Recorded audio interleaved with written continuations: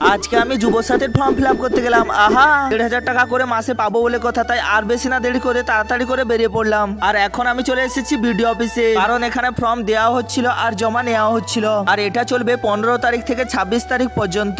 আজকে যেহেতু ফর্ম জমা নেওয়ার সেকেন্ড দিন, তাই একটু ফাঁকা ফাঁকা ছিল আর আমাদের লাইন দিতে হয়নি। তাও বেশ আজকে অনেক লোকই এসছে। আজকে আমি আর আমার বন্ধু সৌমদি দুজন মিলে গেছিলাম। তারপরে তাড়াতাড়ি করে নিজেরাই ফর্মটা ফিল আপ করে জমা দিতে চলে গেলাম। আর একটু অপেক্ষা করার পর সেখানে ফর্মটা জমা দিলাম। আর সেখানে থাকা অফিসাররা সমস্ত ডকুমেন্টস ভেরিফাই করে আমাকে এই রিসিভ কপিটা দিল আর ফর্মগুলো জমা নিয়ে নিল। আর একটা কথা, এখানে না এলে বুঝতে পারতাম না আজকে এখানে এত বেকার মানুষ এসছে, তাহলে পুরো পশ্চিম বাংলাতে কত বেকার মানুষ হবে। আমরা পড়াশোনা করেছিলাম এই 1,500 টাকাটা পাওয়ার জন্য, যেটা ফাইনালি এখন আমরা পাবো।